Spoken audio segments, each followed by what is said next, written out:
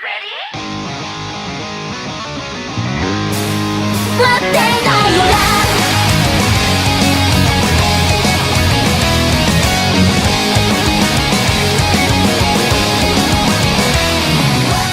what's going on, everybody? I'm Tyler. And I'm Luke. And this is episode 15 of Holy Heck, I Really Like Love Live, our podcast where we go into detail and analyze every single song from the beginning until now, give our opinions, talk about some fun facts about the song, and yeah.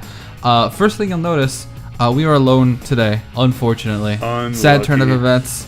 No worries though. Our guest Jonah, still a super great guy. Just had important matters to attend to. Important matters over being on a podcast. We totally understand and we're not upset.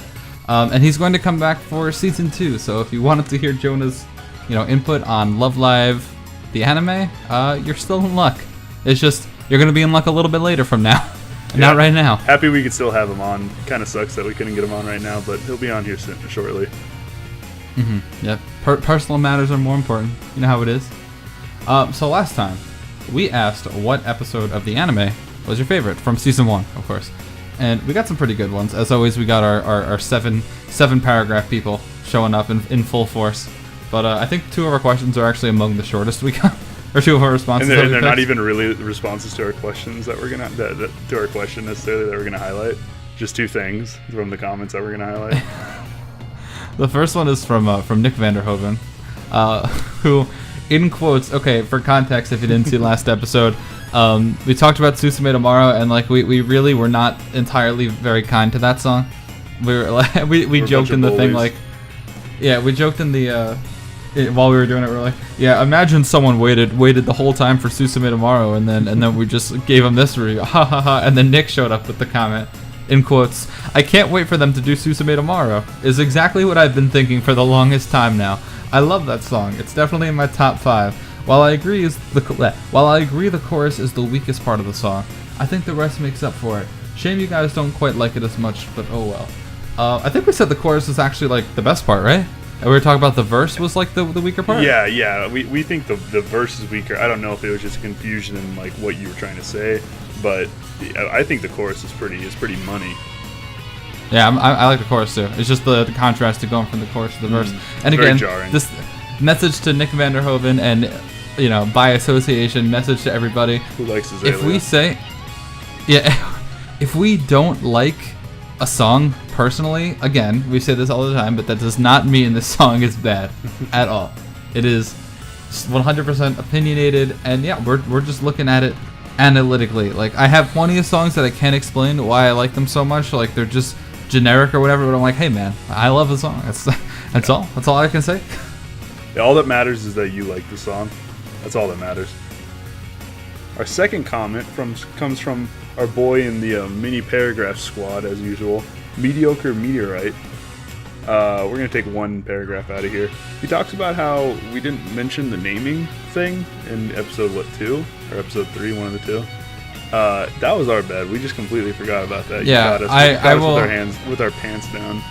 I will take the blame for this and say it is not our bad. It is my bad, because it would be one thing to be like, oh no, we forgot, and another thing to be me and be like, I gotta remember that Nozomi named Muse. This is so important, and then just not say anything about it because I forgot. So I mean, more like my be. But I mean, hey, if you want to share the blame with me, that'd be cool. I'll take a little bit. Team effort. It's a team effort. You're gonna talk about that? Wow, Nozomi named Muse. Wow, really make you think. Anyway, how about episode 8? So last time, again, if you weren't here last time, we're kind of going chronologically here. We're talking about episodes, and then when songs come up, we will talk about the songs, right? So where we left off last time, we left off on episode 7, which was Eddie Chica. And if you've waited a week, does Ellie join the group? That's what we're wondering right now. That's where we're at. The info is not out there. You will not find this back. Will she join the group? All right, episode 8. All I want to do is have some fun. Yeah. So the big premise of this episode is Kodo Mom's like, oh, hey, we're gonna shut her down if everything doesn't go well at this opening day. You guys better pick it up. Right. Yeah. Opening day is the whole big thing, and then of course our heroines jump in hello, how can we make opening day the smash hit? And Honeka's like, I know. Like, how about fainting on stage and dying? Hey, no, that's later. That's later. Well, I mean, that still happens. Fainting on stage and dying. Spoilers. No, we're spoiling the entire series. Second spoiler alert, Ellie joins. So this whole episode is about, like, Ellie's, what's the word I'm looking for here? Help me out. Type it down in the comments if you know what word I'm looking for here. What? What? What word are you looking for here? I don't know. You talk. Ellie's You talk. I'll think of the word. Give me a minute. Is Ellie still hung up on them being amateurs? I think she's like over that. She wants to join at this point, but she's. Oh, I'm thinking of a word. I'm thinking of a word, but I just can't put it down. I'll skip it. But she realizes she was a piece of crap to them, and was like, why would they ever want me to join? I'm a big old Russian bully, and it turns out, hey, Ellie, you're not too bad. And then Nozomi kicks down the door, is like, hey, make it 9. Make it 9. Yeah. Can we talk about Make It 9? Can we talk about that joke? Such a good meme.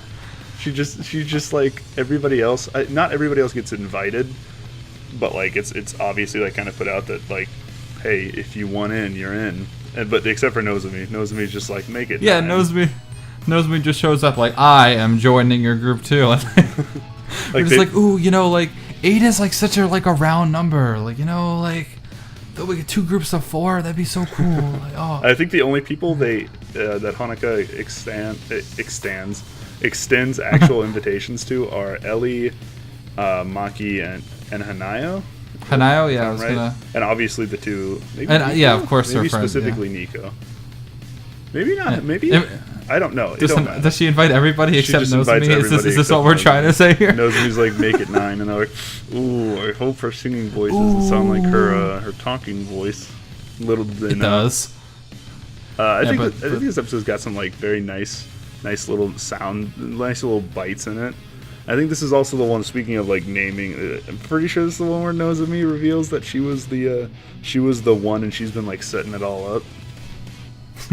Yeah, it's just like a post-credit scene in episode 11. Like, oh yeah, by the way, this stupid little the Marvel MCU episode. The Marvel MCU, which is the Marvel Cinematic Universe. You want to analyze Bokura no Love Kimito no Life? Yeah, go back to episode 1 if you're curious about that one. Yeah. I guess twist. It's like we got to go back and redo old songs because we're better at this now. Yeah, I was thinking about this. I was like, at what point in our lives are we just gonna go back and actually like say more things than the song is good? Like, yeah, Bokura no Life Kimito no Life is a great first song because listen to her. Yeah. Got a little better at that. That's a classic. Yeah, so I think that must have been pretty hype. Like, you didn't have the little teasers they were gonna do this song, kind of like with Snow Halation and season. Kind of like how they didn't have stick legs in this song either. Yeah. The PV's strictly better because they are not stickmen. So I think it's I enjoyed it. I thought this was kind of hype. Obviously not when I first watched it, but the second time I watched it through, I was like, "Dang, dude, this is hype!" Because they're all standing there in the outfits, and you're like, "Oh man, oh boy!" And then all the people that got into it because of the anime were like, "Check out this new song." Check out this new song. This is pretty good. You want to talk about Wonder Zone? You like meme episodes? Speaking of new songs, we get our first who's writing the songs? Maki and Umi. We get our first Umi written song in episode 9. Wonder Zone. Is this the episode with Kotori's song? I mean, not literally Wonder Zone. I mean, like when she's sitting at her desk, like who. All right, she'll sing it better.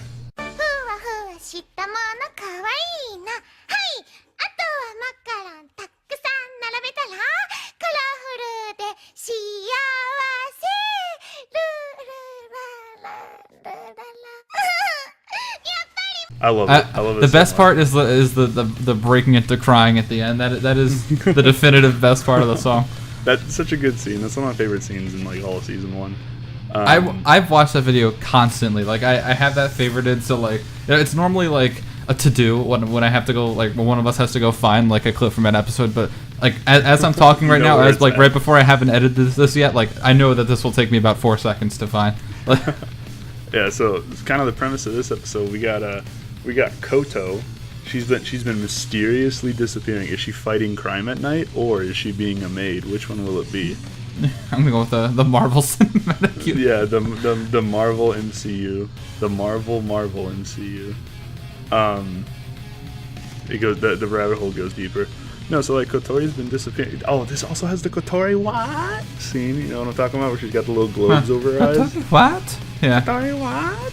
And they all dress up as maids. That's and then cute. Umi just washes maid. dishes. Yeah, I'm not a huge maid guy, but like that's kind of cute. You get the infamous line of like, Umi, why aren't you outside dealing with customers? And Umi's like washing dishes. She's like, is this closer to what maids actually do in real life? It's a good episode. It's a cute episode. Like, Kotori has to write a song. They tell Kotori to write the next song, and like she writes that masterpiece, and then they do Wonder Zone instead. So yeah, that's an L. Yeah, it's a cute song. It's a cute video. It's a cute episode. Where am I? I want to talk about a few more things in this episode. Like how Kotori is like the best maid of all time, and that's like a thing. Yeah, and, like she's just like the best maid ever. No, I mean like literally like. she's apparently like the single best maid in Akiba. Like that's like the main plot point of this episode, and then it's never heard from again. No. In season 2, Tsubasa from Arise mentions it when they all meet up, and then she's like saying nice things about all of them except for Nico. She says the ex-legendary maid of Akiba. You got it. Yeah, I know. I'm broken. It's okay. It happens. We get the legendary scene of Kotori handing Nico and Maki like their shared big drink with like hearts and stuff, and Nico has her face like. That face is so good. I love the one of like where that Nico face is shopped onto everybody's face. I'll see if I can find that one. If not, I will find the just the Nico one. Mm-hmm. You can use your imagination and just Yeah, so then she runs. Oh, sorry, I'm all over the place though. So this is a meme episode, where I do feel like it's a meme episode. Yeah, is this filler? This is like half filler. This would be what I equate to Love Live filler. Like pretty close to Love Life filler. If you is look it at really filler if there's a show song? That's where it gets tough, because this is the show song. Is the show song filler? Does Wonder Zone actually exist? Yeah. Have you ever heard Wonder Zone? If not, here it is. Yeah, I was about to say, if not, here it is right now.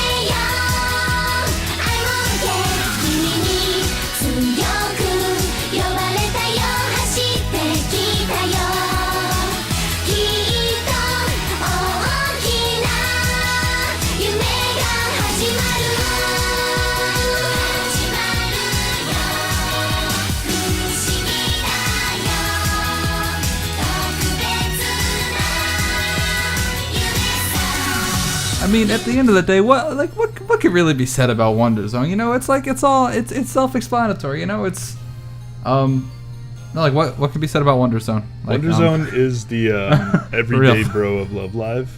It's pretty catchy until you actually think about it. Like that.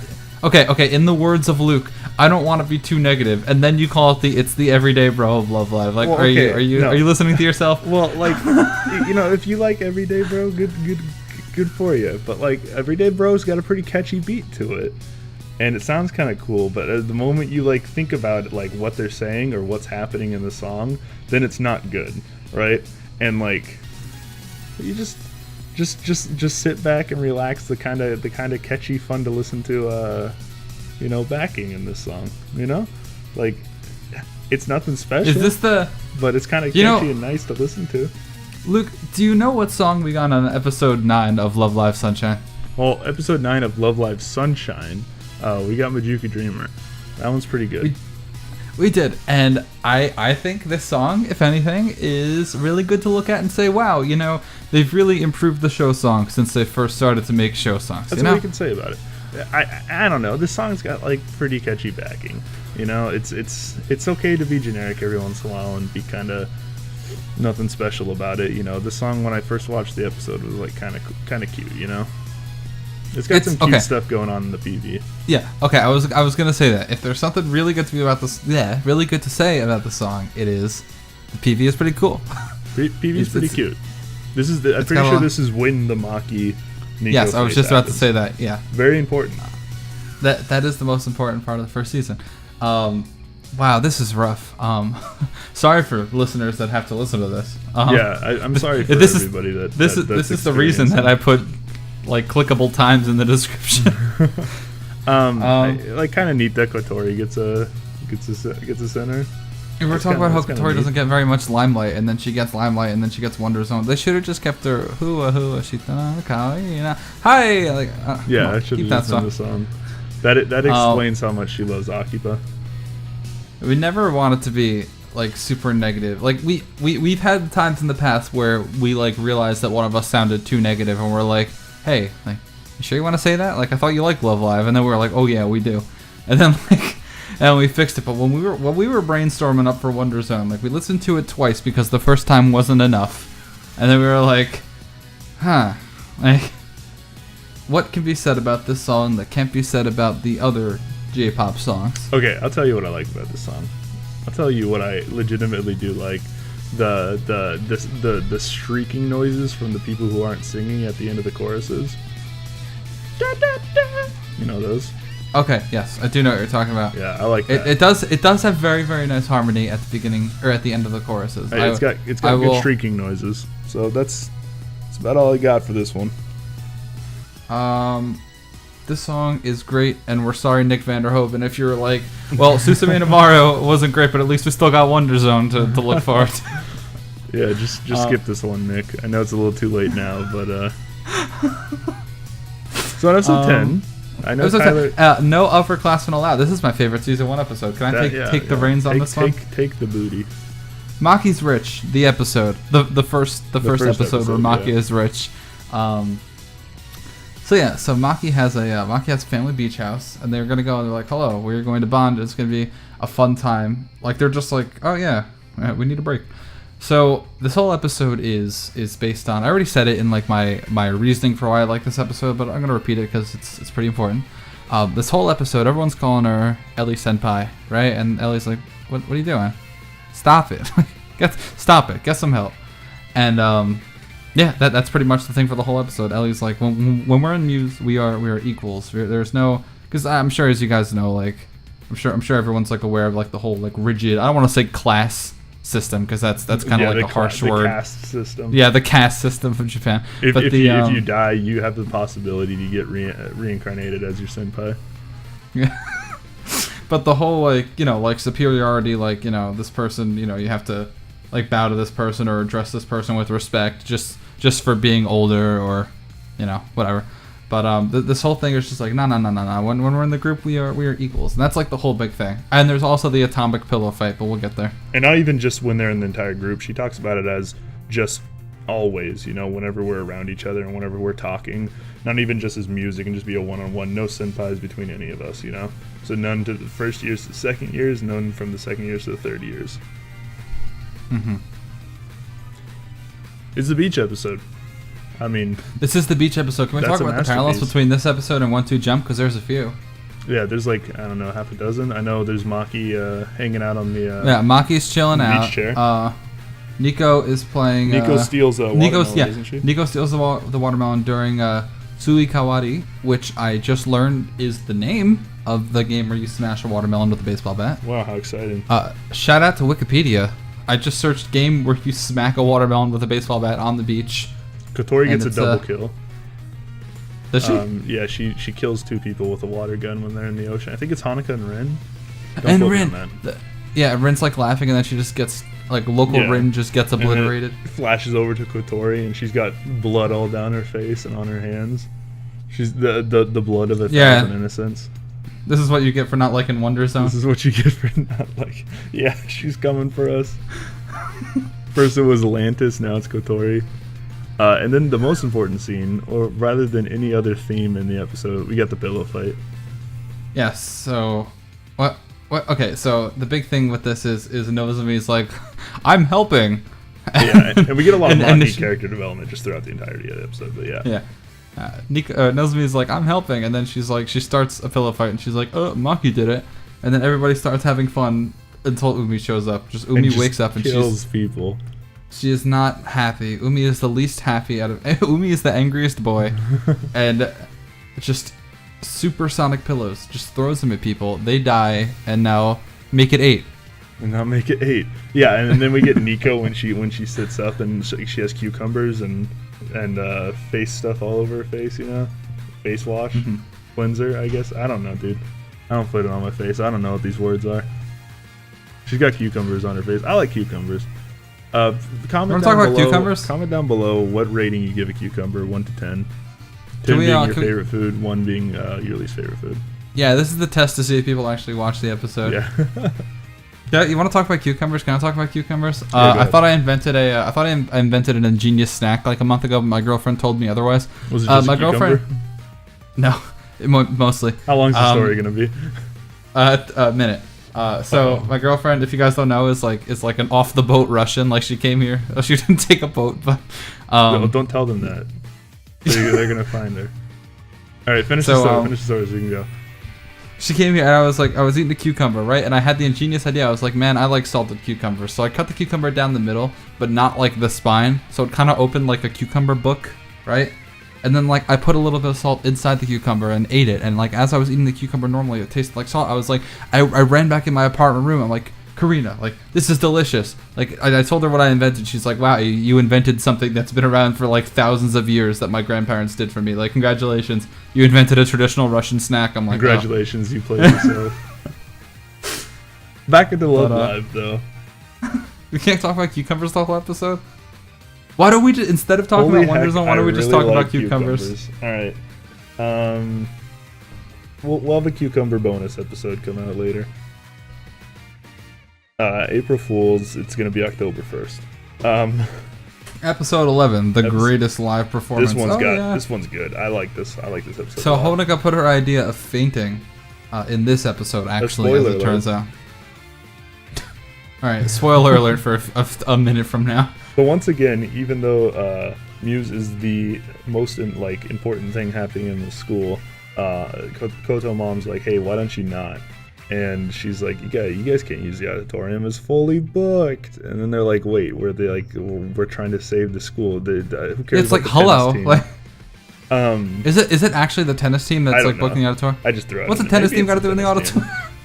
What do you mean with the tennis team? Here's my tennis in the auditorium. Yeah, playing tennis. So they got to show it off somewhere. So I'm pretty sure Muse is like 20 or like 19 on the ranking site.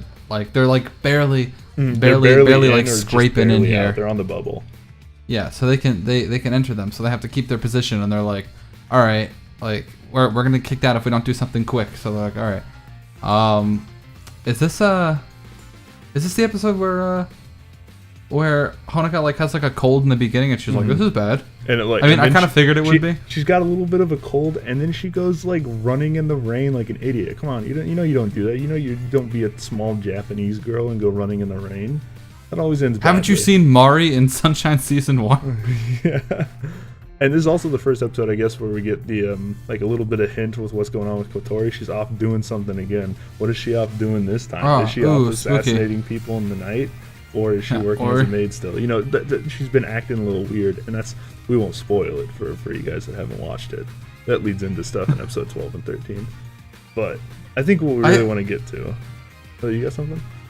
No, we'll talk about it when the time comes. But I still feel like this whole thing of like Kotori being like, "Wow, I'm gonna go follow my dreams," and Honoka just being like, "No," and then Kotori's being like, "Okay." It really rubs me the wrong way. You want to talk about No Brand? Can we talk about this song? I really like this song.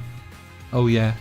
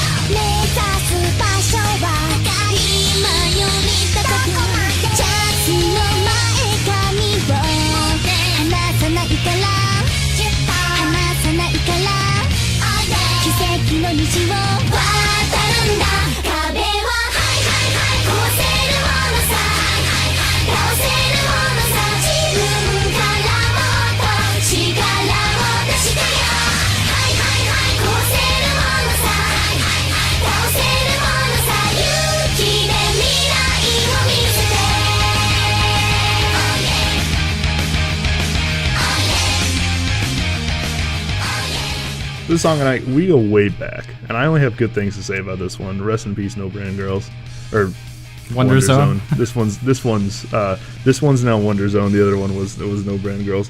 I only have good things to say about the song. So this is going to be the biggest flip flop from opinions that you guys have ever seen. It's right up there. I think it's probably going to be the biggest one. This song and this was like the first song. This and Snow Halation I downloaded first, and this was the first one I went to go download, and like. That's when I realized they do live performances. I didn't watch it, but like I opened it up, I was like, hey, this isn't the song. What is this? They do live performances? That's kind of neat. I don't care about this thing enough to watch it though. Little did I know. That was the first dive into Idol Hell. I was able to swim myself back out without getting sucked in, but little did I know. Hey, future Luke, what do you do for fun? Like, well, once every week I take 2 hours out of my life to talk about Love Live. What? Yeah, holy heck, I really like it, it turns out. The songs, I really like songs that kind of get this rock vibe into it, you know? It's just like early 2000s pop rock vibe, you know? I like the rocker girl songs, you know? I think that's something that's known about me. I'm a big Umi fan. And this song pretty well captures that early, 2000, late 90s it's pop like rock. Definitely heavier than, it's not pop, it's probably like pop rock, but like, it's definitely a little bit heavier than just standard J-pop. It's usually the guitar that does it. That's just, hey, crank that distortion up by just a little bit. Yeah, the guitar between the guitar and drums, it really like makes the song heavier. Not heavy by any means, but heavier. Yeah, it's not After School Navigators, really like it. But yeah, and this song's something that you can sit back and listen to and like relax to. It's just like not heavy enough where you can do that, but also something that can get you hyped up, you know? Yeah, it really can do both. Yeah.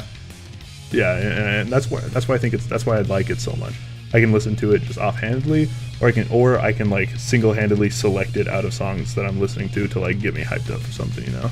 That's something I really like. I like it's well known at this point that I'm a big fan of songs that give each girl a moment to sing, you know. And this song does that very early on, you know. It gives every girl a moment to sing up until the chorus, and then it does it again, and then we get I guess it's Hanukkah solo after that. Speaking of which, man, she is so good. Honk, I think, is 100% on good solos at the end of songs that she centers in. Yeah, we were I know talking at this about point this. She is. It's just I can't think of a Honk solo that I don't actually like. Even in like I'm not the hugest fan of her Sunny Day song solo, but it's definitely like important in the song, and like I wouldn't knock somebody if they said they liked it, because like I think it's super great. I love it. I'm not the hugest wave the way she says like Sunny Day Life. It just sounds kind of like weird. Maybe it's just because it's English, but like that'll do it.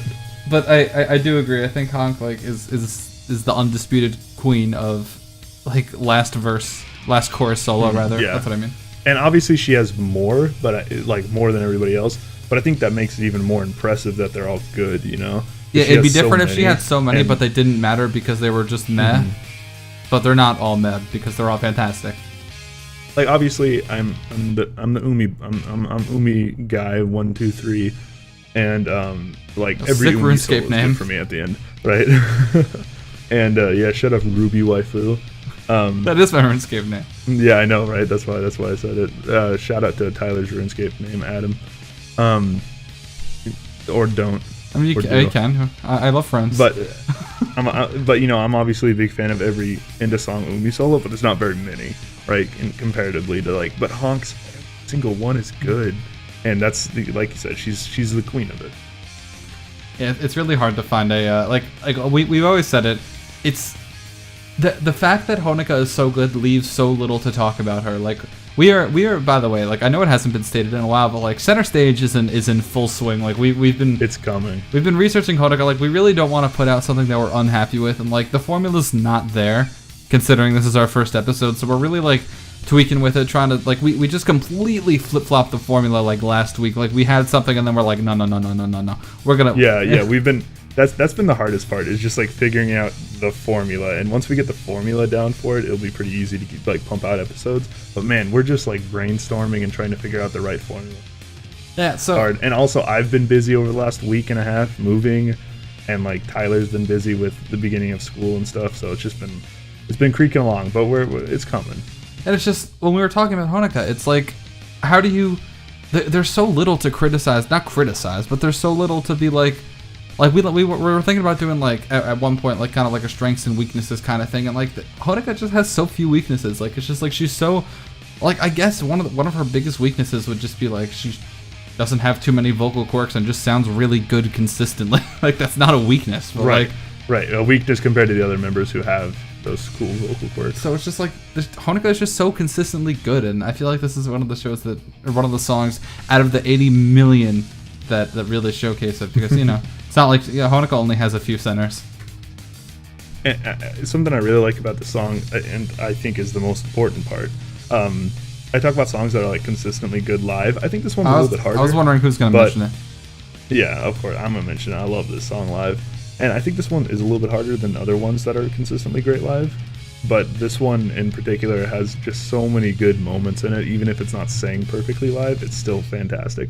We got the highs. Yeah, can we talk about not saying perfectly? The highs at the beginning of the chorus. That is intentionally like just it is just chaos. Uchi goes Yeah. crazy. I love it. It's so adorable. Usually the first high she's good on. She like stays where she needs to, but then she just I know. My favorite they let her is, loose. My favorite is the ones where it's like the first ones are fine, da na na high da na na na na na, and then Uchi shows up, she's like hi, and she just and then through each causes high commotion, from there, she like just goes crazier. yeah, but, And like how can you say no to her for doing that? So yeah, the oh yeahs are always great. They always did it with the crowd, you know. that reminds me of in Natsuda Ego, they 1-2 jump when they in the last chorus, like when they're doing the like they just get progressively more and more just chaotic as the time goes on. Like the first one is like and then it's like it just screams it like. And I think that's what the charm of watching it live rather than, because if the song sounded just like it did in the show live or on the CD, then sure, that would be nice. But it's always refreshing and fun to have a song sound different live. Right, yeah, I agree. Can we talk about the namesake of this song? Yeah, oh yeah, we were looking into that just a second ago. So I saw on the Love Live subreddit a while ago, someone was like, can someone explain the name of No Brand Girls to me? Like, I don't get it. And that is where we learned about Wasei Ego. There you go. Ego. Wasei Ego. Wasei Ego. Okay, we did it. And that just means like a Japanese style English, where the words they use are technically English, but they don't necessarily make sense to us. So some notable examples are aircon, which is air conditioner, puroresu, which is pro wrestling, and amefuto, which is American football. And no brand is one of those, right? And it means generic. And that's at first we were like, generic girls, like what? Hold on. And then it's really important to take a look at the lyrics for this song because as you guys know, we're not liable to check the lyrics all the time. Like a lot of them are very much just like do your best, and like this song also is kind of do your best, but in a different kind of way. Like it's frustrating. We're still no brand, so replace no brand with generic. Like no brand girls, but no brand is generic. No one knows of us. We're no brand. And then we're having fun, but we're still no brand. I'm getting fired up. No brand. I guess that last one is doesn't make too much sense, but like the rest of the song. I think Ren screams it, so like just go with it. Yeah. She's here because we feel bad. No. But like the rest of the song is just like na na na hi hi hi, and we can do anything we want, and then it just becomes a typical Love Live song from there. But the whole thing is just. Sorry? It's important to put in context, like, what's happening in the episode. They're like, they're a bubble team, but, what's going to set them apart, They're a bubble group to get into Love Live, but they're obviously not contenders to be champions at this point. Like, they might make the top 20, but they're not contenders. So what's going to be the moment that sets them apart, is kind of the idea, I think, of going into the song. And they're trying to make this the moment that sets them apart, which, fortunately, doesn't really work out. I think this is the episode where they check the girls' rankings and then they're like mutant girls, and then like it was oh, that's season 2 when they make the preliminaries. Whoops. Come on, not very good at this. But we've talked about the song for a little too long. We're trying to get move on. I adore this song to death. It's like barely in my top 10. It's right in my top 10. And I love this song. I love everything about it. It's my favorite show song from Muse between the 2 seasons and even the movie.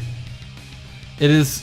I do think like this is a dramatic spike in quality from the show songs we've gotten thus far. So it is. I do think it's a really great song, and I feel like it still holds up even today. And a dramatic moment because Honkers takes a stumble and a bumble and almost dies. Yeah, that's a pretty good. That's a pretty good takes segue. A tumble. Yeah, Honkers takes a tumble. So going into episode 12, I think it's just called Friends. Tomodachi. If I remember quickly, like starts off Honk's in bed and they're all coming by and they're like, "Hey, you did it, Hanukkah. You did it. Now we're disqualified." But they don't say it like that, but they should. Yeah, they're like, "Oh, like." It's okay that you fainted. Like, who cares if it was the day where everything mattered? Like, it's okay. We saved the school. It's not like we've been doing this for months in order to do this. But like, I'm happy. They saved the school. It's okay. It's fine. The school has been saved. The school Chan has been saved, and Honk's obviously pretty like downtrodden about it all. Feels bad, dude. Feels bad. The rare downtrodden Honk. It is very weird that like just to even see Honoka not just like hello, just like smiling at hello. This is konnichiwa. Excuse me. Excuse me. That's a good one. I mean, that is a time when she's not bubbly, but anyway, she's still pretty bubbly, yeah. Even though she's about to die in New York City. Spoiler alert. We'll get there. We'll get there in a couple months. This is also the episode where we get very sad news about Kotori. Yeah, at the end. So they go to this party to celebrate them saving the school, and I think there's rice involved. I think Hanaya like brings her rice cooker from home. Right, and yeah. We get the Nico Ni and the party hat. That's a good one. That's a classic. I'm a big fan of that one. And then she just turns to like a regular girl and like Snapchat like LMAO, I'm so drunk, XD, like one Mike's Hard Lemonade. Like yeah, one Mike's Hard Lemonade, half drinking. And then like Kotori just has this solely the mood. I think it's more Umi that's like, hey, Umi knows that Kotori's leaving for Umi and Kotori are like, hey, point. LMAO, we're not having a good time. Like, sorry, everyone else. Yeah, and Umi's like, you gotta tell her while we're having a fun time. And Honk finds out. She's very upset. She does another stumble when she's getting up to talk to Kotori. It looks like looks like a shonen fight scene when they get up when they get punched down. I've always thought that whenever I see that scene. But anyway, so everybody's surprised. Like, it's like a whole big announcement that Kotori's going into fashion school. Maybe she's going to FIT in New York. It's where my girlfriend went. Who knows? I think Ellie's like, like everybody's upset, obviously, but they're like, oh, we can just move on. That's fine. We're gonna miss you, Kotori. And Ellie's like, oh, let's have another concert for Kotori's going away. And that's when we get the scene when they all meet up on the rooftop to practice for said concert. When we get the Shaolin Showdown. We're gonna get copyright flagged for that. Saying the word Shaolin Showdown. Can we get copyright flagged for saying Shaolin Showdown on YouTube? I guess we'll find out. I don't know if words are banned. That might be like a big censorship issue. Like I feel like this is deeper than we think. Shaolin Showdown is censored. Nobody can remember that show. And then we get the and like Hanukkah just like screams at everybody. Feels bad, dude. And Nico goes to fight her. Dude, remember that? Dude, I'm not ringing a bell. Nico goes to fight her, and like I think it's Maki has to hold her back. Come on. Like you're telling me this, and I'm like, I'm sure this happened. Like I have no doubts in my mind that this. Well, now I have doubts. Let us know down in the comments below who would win. Right after you tell us about your cucumbers. 3 drunk Nikos or 1 Hanukkah who hasn't had her bread today. 1 Umi who's about to who has a hand like ready for the slapping. Yeah, and then Honk's like, I quit. Right. Yeah, and then she has like the moment. It's like she's like smiling the whole time too. Like she can't stop being Genki for two seconds. Like, hello, we already saved the school. What's the point? And then she just like nihilism mode engaged. Like she's just yeah, dude. She gets big nihilism. It's just, and then we get the Umi slap heard around the world. Yeah, who would win? 1 Umi slap or like all of North Korea's nukes? This is such a like a shonen, like a halfway through the 2nd season shonen moment, where like the main character just like gives up. I cannot defeat the Tapagai-chan, and then just like gives up because that's part of the reason why she kind of quits is because she doesn't think they can beat her eyes. They can. Spoiler alert. That may or may not have been a little racist, but we'll find out. Yeah. What did I say? That you said? No, that you said. You just like gave him like the thickest accent of all time, like in English. It's fine. Are we getting copyright flagged for that one or Shaolin Showdown? It's Shaolin Showdown, yeah. EJ's gonna show up with the gun again. Not the gun, EJ. Yeah. So we get a big ol' slap, and Umi's like, I hate you. You're the biggest pile of how could you fecal matter I've ever met in my life. None of us thought you were this kind of person. What are you doing with yourself right now? So you want to move on? This is it was a pretty sad note to end on. Musical Stato. That's the name of the 13th episode. In case you don't know your episode names, which I wouldn't expect you guys to. Can we talk about how the final live has Music Forever or Muse Forever? What do they have? Something. Hold on. Music Forever. Yeah, Music Forever, and then like 4. Yeah, Music Forever, and then they have like 17 like music notes. Like, I thought when people posted that they were just being like whatever, but then I learned that was the actual name for the final live. Yeah, it's like a bunch of music notes. Yeah, Music Forever, like a bunch of music notes. I love it. This looks like what's the problem? It just looks like an Instagram bio. God, we got so many questions. I was gonna say, let us know down below, but I don't even remember the other questions, so I'm not gonna do that. We talked about cucumbers. You still have to rate cucumbers. 0 being I hate Our it. Our cucumbers I want overrated. Arash from New York said the other day on Dan Levitard's show that cucumbers are overrated. So we gotta know from you guys. Kill. So everything's gone to hell in this episode. Everybody's kind of like broken up. I don't think many of the other members are like doing idol stuff except for Nico Rinpana, which is kind of cool, which is kind of nice little ode to that. Oh, that's like the whole thing where it's like, everyone's like, oh, it wouldn't be the same, and then if they're like, oh, well, I mean, I still want to be a school. I still want it. And then like obviously it's going terrible because Nico's the leader. Yeah. That's not going to go very well. Yeah, Kotori's been like absent for school for a few days, right? That's like, right? That's yeah, Kotori because she's packing, yeah. And I think it's only been like a day or two. Like I think this episode, and I think this is just the next day. Oh, and Hanukkah goes and hangs out with the aliens. Right? Yeah, I was gonna say that. Like, doesn't she goes to an arcade? I think. And she goes to an arcade with the aliens. They play a dancing game. They play a dancing game, and she like kicks butt at it. We can't say DDR. We're gonna get flagged. Stop. And then she wanders on back to the auditorium where they performed Start Dash in the 3rd episode. And Umi's there. Wow, like this hasn't been the same since the tennis team was in here. Ever since the tennis team was in here, this place has been pretty bad. So with between talking with the aliens and doing the DDR machine and some like kind words of encouragement she got from Ellie the day before. She wanders on back to the place. Umi's there, and Umi does this like spin thing. I remember they have like a talk about how important Muse is and how like Hanukkah never gave up, you know. How she always brought them to great places, which is something they talked about in the first episode when they almost die falling out of the tree. Remember that? Right, I do. Yeah. And then Yoshiko fell out of the tree. Who remembers? Yeah, and then Yoshiko fell out of the tree instead. Stupid Yoshi falling out of trees. And then we get the Susume Amaro plays again as Hank runs to go get Kotori. Yeah. And now you can talk about your favorite part in the series. What's my favorite part in the series? How Hank convinces Kotori to not follow her life dreams. Oh, yeah. What the hell? I mean, that's pretty much it. That's all I wanted to say. What the hell, man? Like Kotori does say she wanted to stay, but Hank didn't say anything, you know. All I'm trying to say is if I get like a hella like if my parents suddenly become rich and they're like, hello, you're going to fashion school across the globe, I'd be like, wow, that's pretty hype. And then my friend came up and like, oh, Tyler, we really need you for a band. Like we almost have 300 likes on Facebook. I'd be like, well, you know, no. Well, what about if you're in the top 20 most popular bands in your nation? Dude, I'm no brand.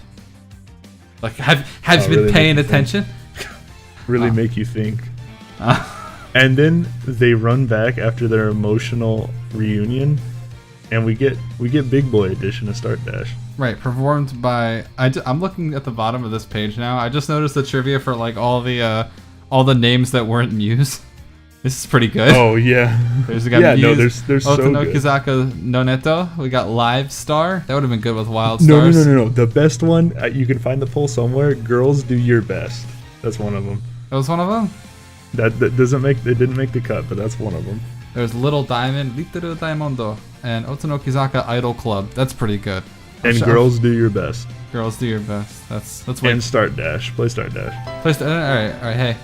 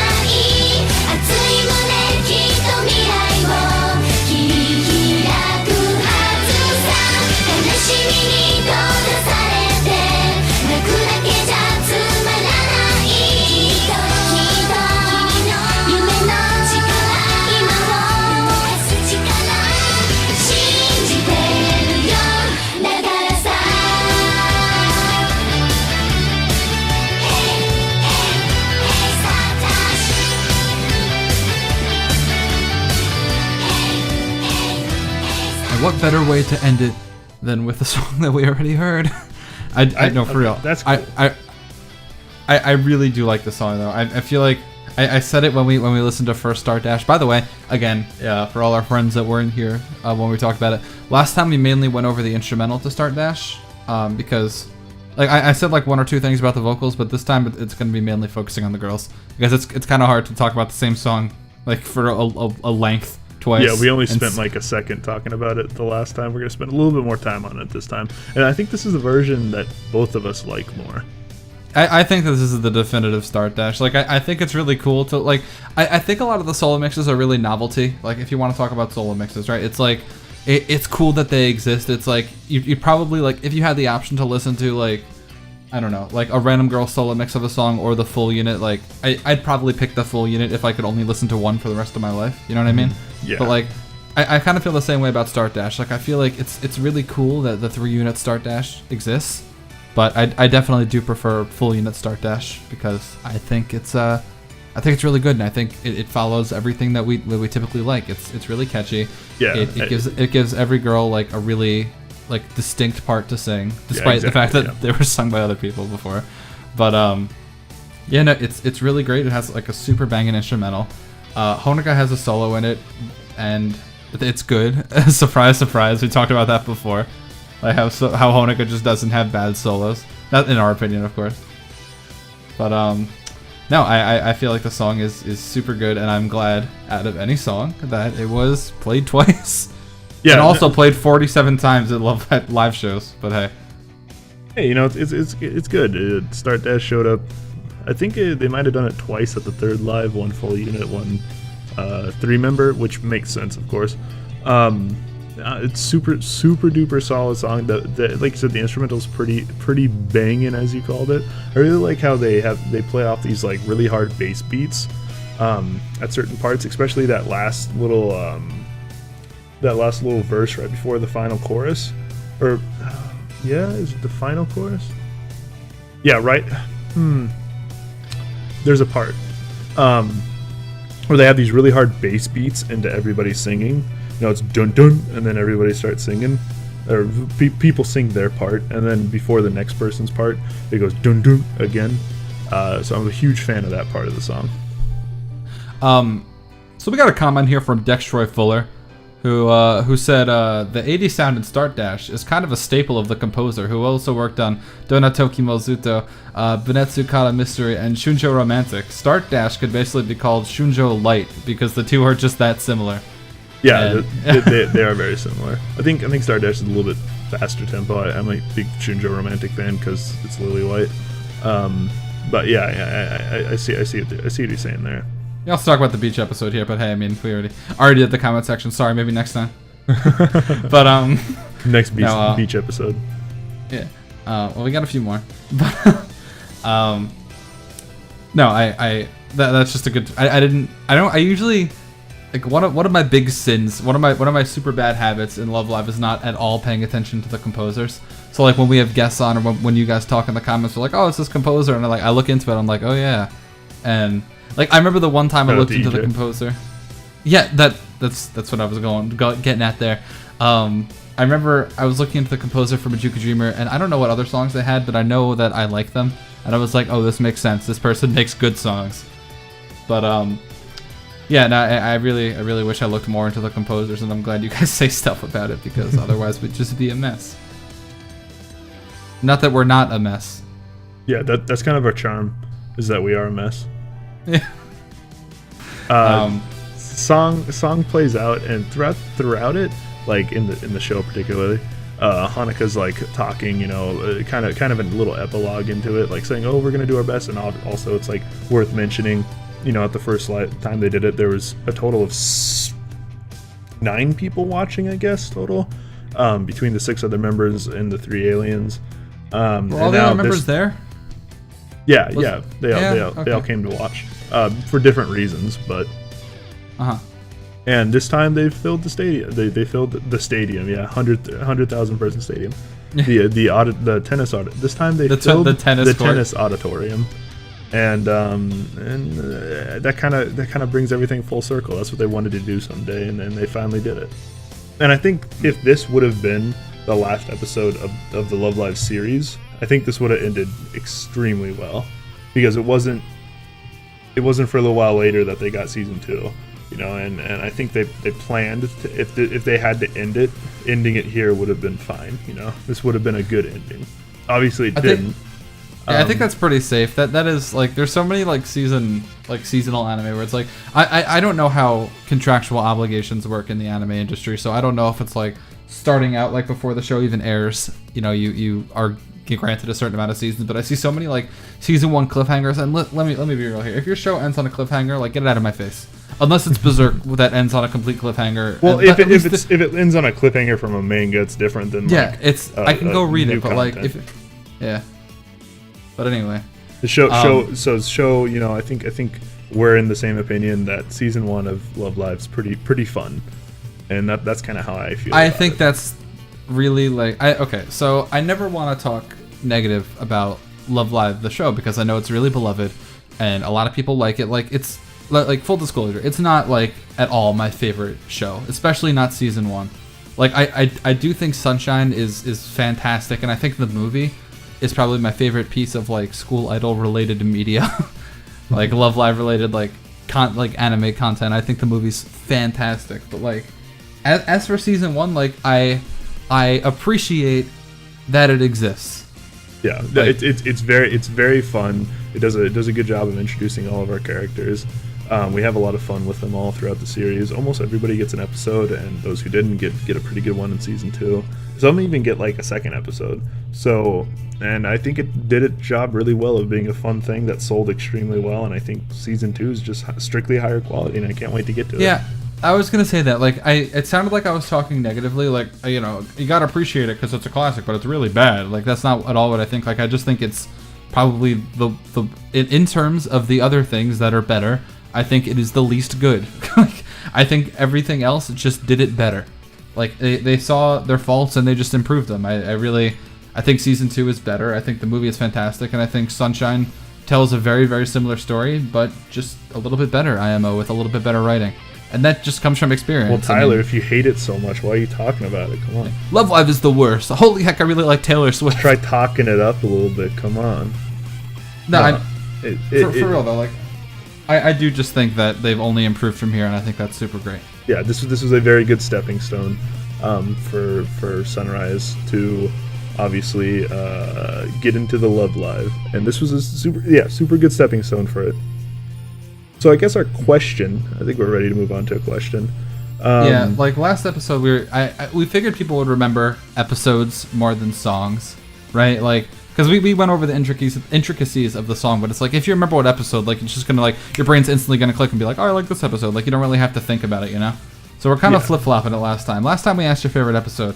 At this time, now that we went over all the songs, we'd like to know what your favorite season 1 Love Live song is. So, Luke, you want to go first?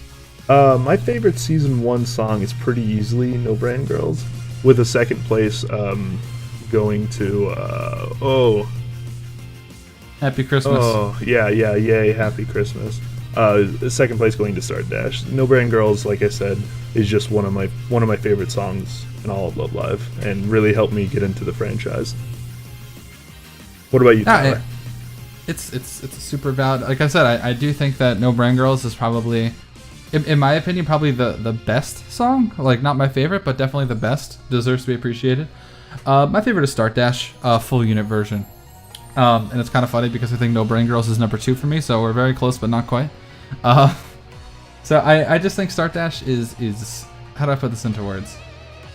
It's okay. You want to talk about iconic songs? That's your thing, Luke. You like iconic songs. Where does Start Dash rank Start on Dash iconic is in the songs? top 5 pretty easily. It's Start like Dash, arguably number 3. I think it goes Snow Halation, first season OP, Start Dash. I'll have to think the list back over because I had a list in my head, but now I have a list on my phone. I'll have to pull it up. That can be a bonus episode. That could be a bonus episode. Yeah, we'll think. I got a list on my phone. I got a top 5 with some honorable mentions. I think if there's a song that defines Muse the most, we don't call me on this one, but I do think it's probably Start Dash. Like, when I think of Muse, like, Start Dash is really the first thing that pops into my mind. Like, if I were to think of Muse song, I mean, I'd probably first think Snow Halation. Like, let's be real here. But I just I really like Start Dash. It fits with Muse so well. Like, this is like not something valid to say, and like I kind of can't believe I'm saying it because it's kind of funny, but like Muse was already disbanded when I got into Love Live, so like, you know, they were not active, they're not making as of the announcement, on hiatus. Indefinite hiatus.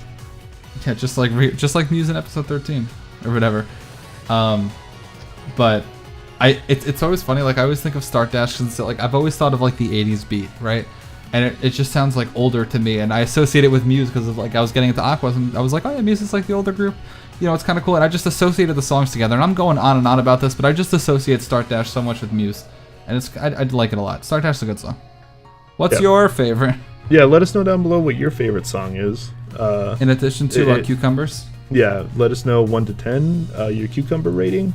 And don't forget to like, comment, and subscribe, and check out our Twitter and our Facebook. So, Luke, we've been talking a lot about Muse these past few days. I think it's time for Aquas. I think Aquas has some much needed limelight, and they are getting it. And it is going to be next episode. There's actually something. We're doing duo trios in the next episode. Yep, Aqua's duo trios. A few things about that episode. One, we are very afraid of Lantis showing up with a gun and removing the video. So next episode will be the very first edition of Holy Heck, I really like Love Live, but not when you guys put music in between, so I get a break from your stupid voices and get to listen to the music. No music allowed. Yeah, we are not going to include the music in our discussion for duo trio songs, but in the MP3 version, I mentioned that last episode, we're adding MP3 versions of our podcast. How exciting!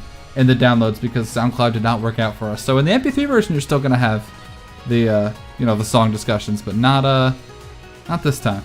We're also having a special guest. It is. We're having a dude on there. It's a secret. We are. Unless you follow us on Twitter, then it's not a secret. Oh yeah. Oh, that's an incentive. So look out for that next week. That's another reason we don't want to get one of our guest episodes taken down. That'd be pretty embarrassing. Yeah, that'd be pretty unfortunate. Hey, can we re-record this? So check it out next week. It'll be a little bit different, but it should still be pretty fun. So thanks a lot, guys. Have a good night, as always.